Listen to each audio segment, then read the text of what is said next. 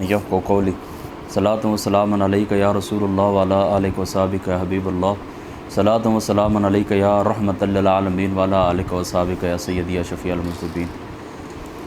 آج سے 2 دن قبل میرے جو استاذ گرامی ہیں شیخ الحدیث استاد العلماء حضرت علامہ قاری اظہر محمود اظہری صاحب دامت برکاتہم العالیہ، آپ نے تعین کے موضوع کے اوپر گفتگو کی تھی کہ کسی چیز کا آپ تعین کرتے ہیں کہ فلاں شخص کب فوت ہوا تھا، ایصال ثواب کے لیے آپ کسی دن کا تعین کرتے ہیں۔ یہ جو تعین ہوتا ہے تو اس تعین کی کچھ اقسام، ایک تعین شرعی ہوتا ہے اور ایک تعین انتظامی ہوتا ہے یا استحبابی اس کو کہہ سکتے ہیں آپ۔ اس کے اوپر آپ نے گفتگو کی تھی۔ مقصد یہ تھا کہ لوگ اس طرح کرتے ہیں کہ جو ظاہری اقوال ہوتے ہیں ان کے اوپر لوگ جھگڑتے رہتے ہیں۔ آج تک میں نے جتنا بھی مطالعہ کیا ہے مختلف شخصیات کا، یعنی جو اکابرین ہیں، صحابہ پاک ہوں، تابعین ہوں، اللہ تعالیٰ کے نیک بندے اولیاء اللہ ہوں، یہ جو الگ الگ گروہ ہیں، تو ان کی تاریخ وفات اور تاریخ ولادت کے اندر مختلف اقوال ہوتے ہیں۔ یعنی بہت کم کوئی شخص ایسا ہوتا ہے جس کو آپ متفقن علیہ قول کہہ سکتے ہیں، یعنی اس کے اوپر اتفاق ہے کہ یہ فلاں دن پیدا ہوا ہے اور فلاں دن یہ دنیا سے رخصت ہوا ہے۔ باقی جو اکثریت صحابہ پاک کی بھی اور اکثریت تابعین کی بھی، اولیاء اللہ کی بھی، ان کی تاریخ وفات، تاریخ پیدائش کے اندر اختلاف ہوتا ہے۔ تو مختلف 10 15 اقوال بھی ملتے ہیں۔ ایک محدث ایک شخص کے متعلق 71 ہجری کے اندر اس کا انتقال ہوا، 72 کے اندر ہوا، 73 73 کے اندر ہوا، 74 کے 10 اقوال بھی ملتے ہیں۔ تو اب اس طرح ہوتا ہے نا کہ پھر لوگ اس کے اوپر لڑتے رہتے ہیں، کہتے ہیں نہیں جی فلاں کا فلاں دن ہے، فلاں کا فلاں دن ہے، فلاں کا فلاں دن ہے۔ تو یہ اس طرح کرتے ہیں نا کہ ظاہر یہ اقوال کے اوپر لڑتے رہتے ہیں، اور اصلی جو پیغام ہوتا ہے، جو مقصد ہوتا ہے کسی شخص کا تاریخ ولادت یا تاریخ وفات کا، اس کو واقعی پکڑ رکھنے کا اور اس کو سامنے لانے کا جو مقصد ہوتا ہے وہ کچھ اور ہوتا ہے۔ تو لوگ اپنے مقصد سے دور ہو جاتے ہیں اور ان ظاہری اقوال کے اوپر اس طرح کرتے ہیں کہ لڑائی جھگڑے جاری رہتے ہیں۔ آپ بے شک سوشل میڈیا کے اوپر آپ دیکھ لیں، حضرت عمر فاروق رضی اللہ تعالیٰ عنہ، حضرت مولا مرتضیٰ، لوگ جھگڑتے رہتے ہیں، نہیں جی حضرت معاویہ فلاں دن وفات ہوئی تھی، حضرت عمر فاروق فلاں 24 کو نہیں جی 26 کو نہیں 27 کو شہادت ان کی ہوئی تھی، 1 محرم کو ان کو دفن نہیں کیا گیا، اس سے پہلے دفن ہو گئے تھے، یہ فلاں، اس طرح کی گفتگو آپ سنتے رہتے ہیں۔ تو اس کے اوپر استاذ گرامی نے ایک توجہ دلائی ہے کہ لوگ اپنا اصل مقصد بھول گئے ہیں۔ تو مجھے آپ نے حکم دیا تھا، چونکہ 4-5 ہماری نشستیں ہوئی تھیں، مجلسیں ہوئی تھیں، تو آپ نے مجھے حکم دیا تھا کہ آپ، چونکہ میں نے گفتگو مختصر کی ہے، لہٰذا آپ اس طرح کریں جس وقت آپ کو وقت ملے اور آپ مناسب سمجھیں آپ اس کی آگے تشریح کر سکتے ہیں۔ آج کی یہ جو گفتگو ہے نا، تو میری وہ جو تعین والی استاد جی کی گفتگو ہے، تو اسی کا میں خلاصہ تو خیر نہیں، اس کی تشریح، مطلب خلاصہ تو اور شارٹ کرنے کو کہتے ہیں نا، نچوڑ نکالنے کو، اس کی مزید جو توضیح ہے، جو تفصیل ہے، وہ میں بیان کرتا ہوں۔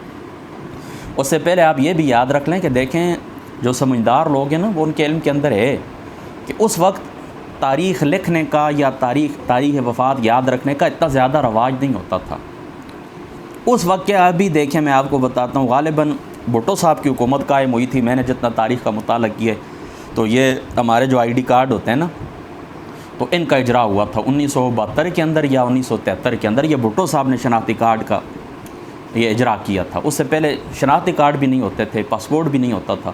تو اس وقت اس طرح نا، اس سے پہلے یعنی 70s کے زمانے سے پہلے جو لوگ پیدا ہوئے تو پھر ان کا لکھا جاتا تھا آج ان کی اتنی عمر ہو چکی ہے، پاکستان بننے سے 2 سال پہلے یہ پیدا ہوئے تھے، پاکستان بن گیا تھا تقریباً 3 سال بعد یہ پیدا ہوئے تھے۔ اس طرح لوگوں کی عمریں لکھی جاتی تھی اور یاد کیا جاتا تھا، اتنا زیادہ رواج نہیں تھا۔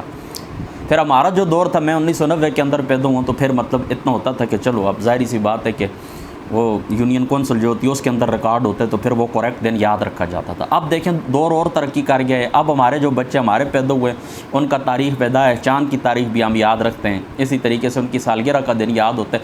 اب ان کی ایک منٹ کی ہمارے پاس ویڈیو ہوتی ہے، ایک منٹ کی ان کی تصاویر ہمارے پاس ہوتی ہیں۔ تو یہ دور کا لحاظ ہوتا ہے، کوئی اتنی بڑی یہ بات نہیں ہے حیرانگی والی، بس اس زمانے کے اندر اتنا زیادہ رواج نہیں تھا۔ اور بعض اس طرح تھی جو اقوام تھی عرب کی، ان کے وہ یاد رکھتے تھے، لیکن وہ چاند کی تاریخوں کے حساب سے یاد رکھتے تھے، پھر بھی وہ کریکٹ قول آپ کو نہیں مل سکتا۔ اس لیے یہ معاملات جو رہے نا، یہ اختلاف ہی رہے ہیں۔ یہ بات آپ سمجھ گئے نا۔ اب دیکھیں میں آپ کو جو اصل بات ہے وہ میں آپ کو بتانا چاہتا ہوں۔ یہ میرے سامنے اللہ تعالیٰ کا قرآن کھلا ہوا ہے، یہ سورہ بقرہ ہے اور آیت نمبر 177 سورہ بقرہ کی آیت نمبر 77، اس کے اوپر آپ نے بہت زیادہ توجہ رکھنی ہے۔ اس 77 آیت ہے نا، اس سے پہلے اس طرح ہوا نا کہ اللہ تعالیٰ کی ذات اقدس نے تحویل قبلہ کا ذکر کیا ہے کہ آقا علیہ الصلوۃ والسلام کی چاہت یہ تھی کہ یہودیوں نے طعنت دیا ہے کہ نبوت جب نہیں لے کے آئے ہیں، کتاب نہیں لے کے آئے ہیں تو اپنا قبلہ بھی مقرر کر لیں، تو پھر اللہ حضور کی چاہت تھی کہ میرا ابراہیمی جو قبلہ پہلے سے تھا مکہ پاک کے اندر وہ آپ مقرر ہو جائے، تو اللہ تعالیٰ نے پھر حکم دے دیا تھا کہ آپ اس طرح کریں کہ قبلے کی طرف منہ کر دیں، یعنی کعبہ شریف جو ہمارا آپ قبلہ ہے نا، قبلہ ابراہیمی، اس کی طرف آپ منہ کر دیں۔ حضور علیہ الصلوۃ والسلام پھر ظہر کی نماز کے اندر اسی طرف آقا علیہ الصلوۃ والسلام نے اپنا چہرہ انور پھیر لیا تھا۔ اب اس کے اوپر یہودیوں نے لے دے کی بڑی گفتگو کی ہے، او جی یہ اس طرح نہیں ہونا چاہیے تھا، اگر وہ قبلہ غلط تھا تو پہلے ہی اس طرح کر لیتے وغیرہ وغیرہ، یہ مفسرین نے جو کچھ لکھا ہے میں درس قرآن کے دوران بیان کر چکا ہوں، آپ لوگ اچھی طرح جانتے ہیں۔ تو اللہ تعالیٰ نے ان کا رد کیا ہے۔ اللہ تعالیٰ کیا فرماتا ہے ان کا رد کرتے ہوئے؟ اللہ تعالیٰ فرماتے ہیں لیس البر ان تولوا وجوہکم قبل المشرق والمغرب ولکن البر من آمن باللہ والیوم الآخر والملائکۃ والکتاب والنبیین۔ اللہ تعالیٰ فرماتا ہے صرف نیکی یہ نہیں ہے، یعنی قاضی ثناء اللہ صاحب پانی پتی رحمۃ اللہ تعالیٰ آپ تفسیر مظہری کے اندر لکھتے ہیں، فرماتے ہیں نیکی اس کے اندر منحصر نہیں ہے، نیکی اس کے اندر منحصر نہیں ہے کہ تم منہ مشرق کی جانب کرو یا منہ مغرب کی جانب کرو، وہ اس کے اوپر لڑتے ہیں، کہتے ہیں منہ مشرق کی جانب ہونا چاہیے یا مغرب کی جانب ہونا چاہیے، جہاں پر بھی ہو اللہ تعالیٰ کو حکم ہے، مقصد ہے اللہ تعالیٰ کی معرفت، وہ تو آپ حاصل ہو جائے گی، اللہ تعالیٰ جس طرف منہ مقرر کرنے کو حکم دے، جس طرف اللہ تعالیٰ قبلہ مقرر کر دے، یہ تو اسی کا بنایا ہوا جان ہے، جہاں پر چاہے۔ تمہیں کیا ضرورت ہے کہ مشرق اور مغرب کی سمتوں کے اوپر تم لڑائی کرتے ہو؟ تو بے شک یہ نیکی ہے کہ جہاں پر اللہ تعالیٰ حکم دے اس طرف آپ منہ کر دیں، اس کی نیکی ہونے میں کوئی شک نہیں، لیکن صرف نیکی اس کے اندر بند نہیں ہے۔ اصل نیکی کیا ہے؟ اصل نیکی اللہ تعالیٰ فرماتا ہے یہ کہ وَلَٰكِنَّ الْبِرَّ مَنْ آمَنَ بِاللَّهِ وَالْيَوْمِ الْآخِرِ وَالْمَلَائِكَةِ وَالْكِتَابِ وَالنَّبِيِّينَ، یہ کہ تم ایمان رکھو اللہ تعالیٰ کی ذات اقدس کے اوپر، آخرت کے اوپر، ملائکہ کے اوپر، کتابوں کے اوپر، تمام نبیوں کے اوپر، یہ نیکی ہے۔ یعنی یہاں پر اللہ تعالیٰ نے عقائد کو بیان فرما دی، آگے میں آپ کو اور تفصیل بتاتا ہوں۔ اللہ تعالیٰ نے یہاں پر عقائد کو بیان فرما دی، آگے پھر اللہ تعالیٰ فرماتا ہے وَآتَ الْمَالَ عَلَىٰ حُبِّهِ ذَوِي الْقُرْبَىٰ وَالْيَتَامَىٰ وَالْمَسَاكِينَ وَابْنَ السَّبِيلِ، اور یہ کہ پھر وہ لوگ دیتے ہیں اللہ تعالیٰ کی بارگاہ کی، اللہ تعالیٰ کی محبت میں اپنا مال خرچ کرتے ہیں، کس کے اوپر؟ ذوی القربیٰ، رشتہ داروں کے اوپر، والیتامہ، یتیموں کے اوپر، والمساکین، مسکینوں کے اوپر، وابن السبیل، اور مسافروں کے اوپر۔ نیکی کیا ہے؟ اللہ تعالیٰ کیا فرماتا ہے؟ نیکی یہ ہے کہ ایمان لاؤ اللہ تعالیٰ کے اوپر، فرشتوں کے اوپر، نبیوں کے اوپر، کتابوں کے اوپر، آخرت کے اوپر ایمان لاؤ، اور اللہ تعالیٰ کی محبت میں خرچ کرو۔ کن کے اوپر؟ یتامہ، مساکین، مسافروں کے اوپر، سوال کرنے والوں کے اوپر، والسائلین، اور سوال کرنے والوں کے اوپر، وفی الرقاب، اور اپنا مال خرچ کرو، لوگوں کی گردنیں چھڑاؤ، جو لوگ غلام ہیں ان کو غلامی سے آزاد کرو۔ دو باتیں ہو گئی، پہلے اللہ تعالیٰ نے ذکر کیا عقائد کا، پھر اللہ تعالیٰ نے ذکر کیا اعمال کا۔ تیسرے نمبر کے اوپر اب اللہ تعالیٰ ذکر کرتا ہے عبادات کا، وَأَقَامَ الصَّلَاةَ وَآتَى الزَّكَاةَ، اور وہ لوگ کیسے لوگ ہیں کہ جو نماز قائم کرتے ہیں اور زکوٰۃ بھی دیتے ہیں۔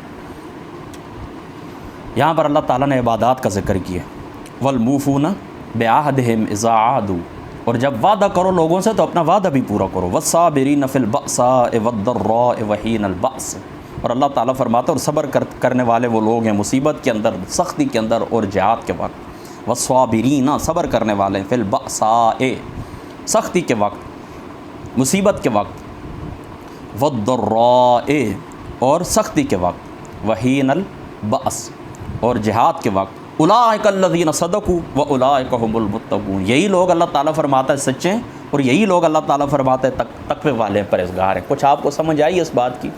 اللہ تعالیٰ فرماتے ہیں یہودیوں یہ مشرق مغرب کے جھگڑے چھوڑ دو، نیکی اس کے اندر منحصر نہیں ہے کہ مشرق کی طرف منہ کرو یا مغرب کی طرف منہ کرو، بلکہ اصل نیکی کیا ہے؟ ایمان لاؤ اللہ تعالیٰ کی ذات اقدس کے اوپر، خرچ کرو اللہ تعالیٰ کی راہ میں، عبادات اور معاملات۔ یعنی دیکھیں نا، میں آپ کو بتاتا ہوں، کل کا کل دین 4 عنوانات کے تحت آپ تقسیم کر سکتے ہیں۔ سب سے پہلے کیا ہوتے ہیں؟ عقائد، اس کے بعد معاملات، اس کے بعد عبادات، اور اس کے بعد اخلاق، اس کے بعد اخلاق۔ یہ 4 چیزیں، ان 4 امور کے تحت سارا دین آ جاتا ہے، کل دین یہاں ان 4 امور کے نیچے۔ اللہ تعالیٰ کی ذات اقدس نے اس ایک آیت کے اندر اللہ تعالیٰ نے پورے کے پورے دین کا خلاصہ بیان فرما دیا۔ میں اب آپ کو ساتھ یہ نصیحت بھی کرتا ہوں کہ اگر آپ اللہ تعالیٰ آپ کو توفیق دے تو یہ سورہ بقرہ شریف کی آیت نمبر 177 ہمیشہ سامنے رکھیں کہ اللہ نیکی کیا ہے. نیکی کی کوئی آپ سے تعریف پوچھے تو یہ آیت آپ اس کو زبانی پڑھ کے سنا دیں. اب اس بات کو آپ سمجھ گئے نا, اچھی طرح سمجھ گئے. میں پھر اپنا جملہ دہرا دیتا ہوں, نیکی مشرق مغرب کے اندر منحصر نہیں ہے, نیکی یہ ہے جو اللہ تعالیٰ نے بیان فرمائی. تو اللہ تعالیٰ نے دیکھیں نا پہلے عقائد کا ذکر کیا ہے, عقائد کے بعد اللہ تعالیٰ نے ذکر کیا ہے معاملات کا, معاملات کے بعد اللہ تعالیٰ نے ذکر کیا ہے عبادات کا, اور عبادات کے بعد اللہ تعالیٰ نے ذکر کیا ہے اخلاق کا. تو یہاں پر اللہ تعالیٰ کی ذات اقدس نے عبادات سے مقدم رکھا ہے معاملات کو. تو اس سے یہ ثابت ہوتا ہے کہ دین اسلام عبادات سے زیادہ معاملات کے اوپر زور دیتا ہے. یعنی دیکھیں نا حضرت عمر فاروق رضی اللہ تعالیٰ عنہ آپ کے ساتھی نے کہا تھا نا, وہ بندہ جو جس کو نماز پڑھتے ہوئے دیکھا تھا تو اس کی تعریفیں شروع کر دی. یہ سنن دارمی کے اندر آتا ہے, اس کی تعریفیں شروع کر دی حضرت عمر کے ساتھی نے رضی اللہ تعالیٰ. تو حضرت عمر فرمانے لگے تم نے اس کے ساتھ کچھ معاملہ کیا ہے, اس کے ساتھ کچھ سفر ہوا ہے, کوئی تجارت کی ہے, کوئی لین دین ہو؟ وہ کہتے ہیں نہیں. تو آپ نے فرمایا صرف اس کو ٹکرے مارتے ہوئے دیکھ کر اس کی تعریفیں تم نے شروع کر دی ہیں. یعنی صرف لوگوں کے سامنے یہ پگڑیاں جبے کبے دیکھ کر ان کی پرہیزگاری کا پتہ نہیں چلتا, پرہیزگاری کا پتہ چلتا ہے معاملات کے وقت. تو دیکھیں یہاں پر بھی اللہ تعالیٰ کی ذات اقدس نے معاملات کو مقدم کیا. یہ پھر میں ایک دفعہ آپ کو چونکہ دوبارہ سنا دیتا ہوں تاکہ آپ کے ذہن کے اندر بات پکی بیٹھ جائے. میں نے آپ کو 4 عنوان دیے نا کہ دین کو کل عنوان کتنے عنوانات کے تحت, آپ 4 عنوانات کے تحت. سب سے پہلے عقائد. تو اللہ تعالیٰ فرماتے ہیں وَلَٰكِنَّ الْبِرَّ مَنْ آمَنَ بِاللَّهِ وَالْيَوْمِ الْآخِرِ وَالْمَلَائِكَةِ وَالْكِتَابِ وَالنَّبِيِّينَ. یہاں پر اللہ تعالیٰ کی ذات اقدس نے عقائد کو بیان کر دیا. وَآتَى الْمَالَ عَلَىٰ حُبِّهِ ذَوِي الْقُرْبَىٰ وَالْيَتَامَىٰ وَالْمَسَاكِينَ وَابْنَ السَّبِيلِ وَالسَّائِلِينَ. یہاں تک اللہ تعالیٰ کی ذات اقدس نے معاملات کو بیان فرما دیا. وَفِي الرِّقَابِ یہاں تک. وَأَقَامَ الصَّلَاةَ وَآتَى الزَّكَاةَ یہ عبادات ہو گئیں. اور آگے وَالْمُوفُونَ بِعَهْدِهِمْ إِذَا عَاهَدُوا, یعنی یہ جو لوگوں کے ساتھ پھر اخلاق کا ذکر آ گیا کہ وعدے کرو تو وعدے پورے کرو, جب سخت یا مصیبتیں آئیں تو آئے وائے اور چلانا شروع نہ کر دیا کرو بلکہ کیا کرو, صبر کیا کرو. ٹھیک ہے, تو یہ 4 باتیں ہو گئی. اب اس بات کو آپ سمجھ گئے نا, نیکی کا تصور یہ اللہ تعالیٰ تمہیں دیتا ہے, یہ ہے دین کا خلاصہ. اب میں نے یہ آیت پڑھی ہے نا, اب آپ کہیں گے نا کہ اس کے ساتھ آپ کا کیا لنک ہے. میں ابھی آپ کو بتاتا ہوں. جتنے بھی دین اللہ تعالیٰ نے نازل کیے ہیں, یعنی جتنے بھی اللہ تعالیٰ نے کتابیں دی ہیں, انبیاء علیہ الصلاۃ والسلام کو بھیجا ہے, ان کے اوپر صحیفے نازل ہوئے ہیں, اللہ تعالیٰ نے قانون دیا ہے. جو دین اللہ تعالیٰ نے نازل کیا ہے نا, اس دین کی 2 ہی باتیں. اس دین کی کتنی باتیں؟ 2 باتیں. اب غور کرنا ہے آپ نے. ایک ہوتے ہیں ظاہری اعمال اور دوسرے ہوتے ہیں مقاصد. ایک ہوتے ہیں ظاہری اعمال اور دوسرے ہوتے ہیں مقاصد. ظاہری اعمال کے اوپر بندہ چلتا ہے تو مقاصد تک پہنچ جاتا ہے. اب اس زندگی کو پیدا اللہ نے کیوں کیا؟ اپنی معرفت کے لیے. تو اس کے لیے ظاہری اعمال اللہ نے کیا دیا؟ نماز, روزہ, حج, زکوٰۃ. ان کے اوپر آپ چل کے اللہ تعالیٰ کی معرفت آپ حاصل کر سکتے ہیں. تو یہ جتنے بھی ظاہری اعمال ہیں نا, ان کے اوپر بندہ عمل کرتا ہے تو کہاں تک پہنچ جاتا ہے؟ اپنے مقصد تک پہنچ جاتا ہے. تو جب تک اقوام کا دین کے ساتھ تعلق مضبوط ہوتا ہے تو دونوں چیزیں اس کے پیش نظر ہوتی ہیں. کون کون سی؟ مقاصد بھی اور ظاہری اعمال بھی. دین کے اوپر گرفت مضبوط ہوتی ہے نا, دین کے ساتھ وہ پکے مضبوطی سے جڑے رہتے ہیں نا, تو ظاہری اعمال کو بھی سامنے رکھتے ہیں اور کیا کرتے ہیں, ساتھ ساتھ مقاصد کو بھی مد نظر رکھتے ہیں.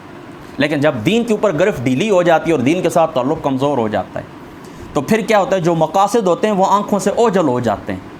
مقاصد جو ہوتے ہیں وہ آنکھوں سے اوجھل ہو جاتے ہیں اور ظاہری رسومات کے اوپر بندہ پکا جم جاتا ہے. یہ دین کے ساتھ جس وقت کمزور ہونے کی نشانی. تو یہ اللہ تعالیٰ ان کو بتاتا ہے کہ دیکھو تم دین کا جو ظاہر ہے مشرق مغرب ان کے اندر تم الجھ گئے ہو, لیکن دین کا جو حقیقی مقصد ہے اور نیکی کا جو حقیقی تصور ہے اس کے اوپر تم نہیں ہو. تم نے وہ تمہارا نیکی کا جو حقیقی تصور تھا وہ تمہاری آنکھوں سے اوجھل ہو گیا. اب سمجھ گئے نا آپ اس بات کو اچھی طرح. تو آج کے زمانے کے اندر بھی یہی کچھ ہے. دین کے ساتھ چونکہ تعلق کمزور ہو گیا نا, تو اب ظاہری رسومات کے ہم پابند ہو گئے اور دین کی جو حقیقی روح ہے اس روح کو ہم نے چھوڑ دیا. تو استاد گرامی کی ساری گفتگو کا خلاصہ یہ ہے کہ ظاہری معاملات جو ہیں, اقوال ہیں, ان کے اوپر جم جانا اور لڑائیاں کرنا اور اصل مقصد چھوڑتے ہیں. اور غالباً مجھے مشکات شریف کی ایک روایت مجھے یاد آ رہی کہ آقا علیہ الصلوۃ والسلام نے فرمایا کہ جو قیامت کے قریب کا جو زمانہ ہوگا, یعنی ایک زمانہ ایسا آئے گا نا کہ دین اٹھ جائے گا, رسم باقی رہ جائے گی. دین اٹھ جائے گا, رسم باقی رہ جائے گی. یہ مشکات شریف کے اندر موجود ہے, مجھے اب حوالہ یاد نہیں, بس حافظ کا بھی اللہ ہی حافظ ہے. تو یہ مشکات شریف کی روایت ہے کہ دین اٹھ جائے گا اور رسم باقی رہ جائے گی. اب دیکھ لیں کہ رسم باقی اور دین اٹھ جائے گا. دین کے حقیقی مقاصد, دین کے جو روح ہے تمہاری نظروں سے اوجھل ہو گئی ہے اور ظاہری اعمال کے اوپر تم نے جھگڑے شروع کر دیے. اب میرا آپ کو پیغام یہ کہ دیکھیں کوئی شخص بھی دنیا سے جاتا ہے نا، اس کے جو تاریخ وفات ہوتی ہے قرائن سے آپ دیکھ لیا کریں، جو آپ کو اچھا لگے آپ اس کو پیک کر لیں۔ یعنی مثال کے طور پر دیکھیں نا، حضرت مولا مرتضیٰ رضی اللہ تعالیٰ عنہ، چلو نچلے درجے کے اوپر آ جائیں، کوئی اللہ تعالیٰ کا ولی ہے، کوئی صحابی ہے، آپ دیکھتے ہیں نا کہ اس کی جو تاریخ وفات ہے نا، تو اس کے اندر آپ کو 3 قول ملتے ہیں۔ ایک قول ملتا ہے 80 ہجری کا، دوسرا قول ملتا ہے 81 ہجری کا، تیسرا قول ملتا ہے 82 ہجری کا۔ تو ایک گرد جو آپ تاریخ کا مطالعہ کرنے والے لوگ ہیں نا، وہ ان کو معلوم ہوتا ہے نہیں جی فلاں جگہ میں نے پڑھا تھا 80 ہجری کے اندر، تو وہ فلاں مقام کے اوپر بیٹھے ہوئے تھے۔ تو اب 2 قول باقی رہ گئے، ایک 81 کا اور ایک 82 کا، تو اب ان 2 میں سے دیکھیں چوز کر لیں۔ تو اس طرح دیکھیں نا، جو قرائن ہوتے ہیں نا خبر واحد، یہ جو حدیث کے طلباء ہیں نا، تو اصول حدیث کے اندر یہ بات موجود ہے کہ خبر واحد ہوتی ہے، لیکن جس وقت وہ مؤید بالقرائن ہوتی ہے،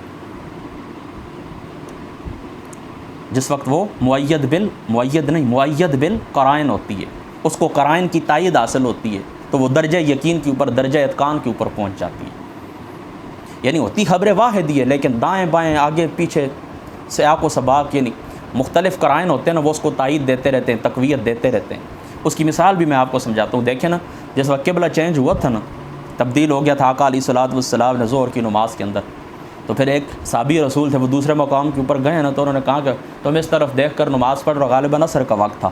تو حضور علیہ السلام کو اب اس طرح کہ کعبہ کی تبدیلی کا حکم آ گیا ہے، کعبہ کی تبدیلی کا حکم آ گیا ہے، اب وہ قبلہ بیت المقدس شریف نہیں رہا، اب تم اپنا قبلہ چینج کر لو، منہ کر لو کہاں پر، کعبہ شریف کی طرف۔ تو انہوں نے صحابہ پاک نے اس طرح کیا کہ نماز پڑھ رہے تھے، پڑھتے پڑھتے انہوں نے بھی اپنا قبلہ تبدیل کر دی۔ اب یہاں پر ایک قرینہ موجود تھا کہ یہ بندہ ٹھیک کہہ رہا ہے، کیا کہ وحی کا نزول ہو رہا ہے، اور آقا علیہ الصلوۃ والسلام کی یہ چاہت بھی ہے، چونکہ وحی کا نزول ہو رہا ہے، لہذا وہ جان گئے کہ ہو سکتا ہے جب وحی کا نزول ہو رہا ہے تو یہ بات ممکن ہے کہ اللہ تعالیٰ نے نئے حکم نازل کر دیے، لیکن اگر وحی کا نزول نہ ہو رہا ہوتا، وحی کا نزول بند ہو جاتا، تو پھر تو ظاہری سی بات ان سے دلیل طلب کی جاتی نا کہ آپ کس منہ سے کہتے ہیں کہ کعبے کا آقا علیہ السلام تو دنیا سے چلے گئے۔ تو اب چونکہ حضور موجود ہیں، وحی آ رہی ہے، تو یہ ایک قرینہ تھا کہ یہ بندہ ٹھیک کہہ رہا ہے، انہوں نے اس طرح کیا کہ اپنا قبلہ تبدیل کر لیا۔ تو مؤید بالقرائن جو گفتگو ہوتی ہے نا، وہ مضبوط کر دیتی ہے، چاہے خبر واحد بھی ہو۔ تو آپ قرائن تلاش کیا کریں، جو چیز بھی آپ کو مضبوط نظر آتی ہے، قول بہتر نظر آتا ہے، کوئی بات بھی نہیں، آپ وہ قول لے لیں، جھگڑے کی کیا ضرورت ہے۔ اب آتے ہیں اصل مقصد کی طرف۔ دیکھیں نا، یہ جو صحابہ پاک ہوں یا اللہ تعالیٰ کے دوسرے نیک بندے ہوں، ان کا جو سن وفات ہوتا ہے نا، وہ لکھنے کا کیا مقصد ہوتا ہے؟ لکھنے کا مقصد یہ ہوتا ہے کہ جس تاریخ کو یہ دنیا سے گزریں، ان کا پھر سال مکمل، ویسے تو سارا سال ہی ہم گفتگو کرتے رہتے ہیں، اب اس جو یوم وصال ہوتا ہے نا، تو اس وقت کے لیے ہم کیا کریں کہ اس وقت ہم اس بندے کے لیے دعا کریں، اس بندے کی مغفرت کے لیے دعا کریں، درجات کی بلندی کے لیے دعا کریں۔ اگر وہ صحابی رسول ہے تو ان کا جو یوم وصال ہوتا ہے، تو اس یوم وصال کو یاد اس لیے رکھا جاتا ہے، ان کی صحابیت کا تذکرہ ہو، ان کی عزت کا تذکرہ ہو، ان کی رفعت مقام کا تذکرہ ہو، سیمینار منعقد ہوں، لوگوں کو ان کی قربانیاں بتائی جائیں، ان کی شہادت بتائی جائے، شہادت کے مقاصد بیان کیے جائے، ان کی جو نجی زندگی اس کو بیان کیا جائے، تاکہ آنے والوں کے لیے رول ماڈل بنیں گے۔ یہ مقصد ہوتا ہے۔ مقصد کیا ہوتا ہے؟ ایصال ثواب، دعا، ذکر، فکر، ان کی عزت کا ذکر، ان کی عظمت کا ذکر، ان کی شان کا ذکر، ان کی صحابیت کا ذکر، یہ مقصد ہوتا ہے۔ چاہے کوئی بھی صحابی، حضرت ابوبکر صدیق رضی اللہ تعالیٰ عنہ آپ ہوں، حضرت عمر فاروق ہوں، حضرت عثمان ہوں، حضرت مولا مرتضیٰ ہوں، کوئی بھی ہوں، مقصد کیا ہوتا ہے؟ ایصال ثواب۔ تو اب لوگ اس طرح نہ ظاہری جو اقوال ہیں ان کے اوپر لڑتے رہتے ہیں، اور جو اصل مقصد ہے ایصال ثواب اور ان کا پیغام دنیا تک پہنچانا، اس سے ان کی آنکھیں اوجھل۔ یہ ساری اس گفتگو کا خلاصہ ہے جو استاد جی نے قبلہ حضرت محمود ازہری صاحب نے بیان فرمائی ہے، کہ اصل مقصد سے دور ہو کو بندہ اقوال کے اوپر لڑتا ہے۔ نہیں حضرت عمر کا یہ نہیں ہے بھائی، دوسرا ہے یار، چلو جو بھی تمہیں اچھا لگتا ہے تم ان کے لیے اہتمام کر دو، بس ایک دو نشستیں قائم ہوں، ان کا ذکر ہونا چاہیے، ان کی صحابیت کا، ان کے انصاف کا ذکر ہونا چاہیے۔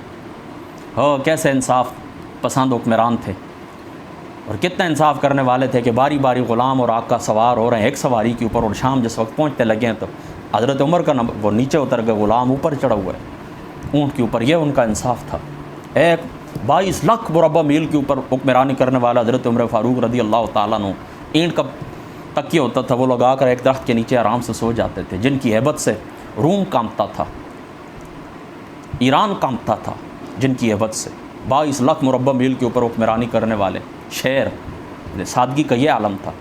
امام ابن کثیر لکھتے ہیں نا کہ ایک دن رات کو ایک قافلہ آیا ہے نا، تو وہ پریشان تھا، مسجد نبوی کے باہر انہوں نے پڑاؤ کیا ہے نا، تو سامان تھا، لاکھوں روپے کا قیمتی سامان تھا، تجارتی لوگ تھے، وہ بڑے پریشان ہوئے کہ اب کیا کریں گے۔ تو آپ نے فرمایا تم پریشان کیوں ہو؟ کہنے لگے حضور ان کی نگرانی کرنی ہے، کیا کریں گے؟ تو آپ نے فرمایا پریشانی کی ضرورت نہیں ہے، چپ کرو، ادھر سامان کھڑا رہے، جاؤ سو جاؤ جہاں پر جگہ بنی ہوئی ہے۔ تو وہ مہمان خانے کے اندر جا کر سو گئے۔ حضرت عبد الرحمن بن عوف کو کہنے لگے چلو کمر کس لو، آج رات عبادت کریں گے۔ اللہ اکبر! تو عبادت پوری رات آپ نوافل پڑھتے رہے اور ساتھ ساتھ سامان کی رکھوالی کرتے رہے۔ یہ حکمران تھے۔ ابھی ان بدماشوں گنڈوں کو دیکھیں جو موجود ہیں۔ اسی طریقے سے ایک دفعہ رات کو ایک لڑکی، وہ بچہ اس کا روتا ہے، آپ بار بار اس کو چپ کرانا، اٹھ کے اس کو کہتے، وہ پھر روتا ہے، پھر اٹھ کے چلے گئے حضرت تمہارا یہ بچہ چپ کیوں نہیں کرتا؟ تیسری مرتبہ آپ نے، تم کتنی بری امی ہو، تم کتنی بری ماں ہو، یہ بچہ تمہارا چپ ہی نہیں کرتا۔ تو وہ بچے کو دودھ اس لیے نہیں دیتی تھی نا کہ جس وقت بچے کا وہ دودھ پلانے کا وہ جو زمانہ تھا نا وہ ختم ہو جاتا تھا تو غالباً وظیفہ جاری ہو جاتا تھا۔ اگر میں بھول نہیں رہا ہوں، یہ ابن کثیر نے لکھا ہے البدایہ والنہایہ کے اندر، بہرحال تھوڑا سا مجھے وہ بھول لگ رہی ہے، بہرحال اسی کے ارد گرد یہ واقعہ ہے۔ تو آپ رو پڑے، آپ نے کہا اچھا تم وظیفے کے لیے اتنے اس کو رلا رہی ہو؟ آپ نے فرمایا چلو اتنے مہینے تک کے جو بچے ہیں نا، اب وہ پہلے جو قانون تھا اس کو تبدیل کر کے فرمایا اتنی عمر کے جو بچے ہیں ان کو بھی وظیفہ دیا جائے گا، تم اس کو دودھ پلاؤ۔ تو پھر اس لڑکی نے اپنے بچے کو دودھ پلایا۔ یہ حکمران تھے انصاف والے۔ کسی لڑکی سے کسی نے پوچھا کدھر جا رہی ہو؟ تو وہ کہنے لگی یا تو تم عمر ہو یا عمر پھر چلے گئے، کیونکہ ان کے زمانے کے اندر کسی کو جرت نہیں کہ ہمیں پوچھ سکے کہ تم کدھر جا رہے۔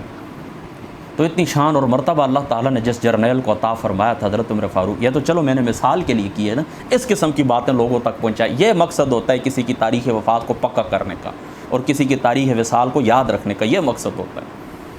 تو میرے بہن بھائی جتنے بھی دنیا کے جس کونے میں بھی آپ سے میری یہی درخواست ہے، میرے استاد گرامی کا یہی پیغام ہے آپ لوگوں کے لیے کہ اس طرح نہ کیا کریں کہ یہ سوشل میڈیا کے اوپر آپ دیکھتے ہیں نا لڑتے رہتے ہیں، ایک پوسٹ آتی ہے حضرت عمر فاروق یہ ان کا سن وصال ہے، دوسرا کہتے ہیں نہیں تم غلط کہہ رہے ہو، تم پتہ نہیں بغضی ہو، یہ نہیں ہے وہ یکم اور محرم کو ان کو دفن نہیں کیا گیا، یہ نہیں ہوا، یہ اس طرح لڑائیاں ہم دیکھتے رہتے ہیں۔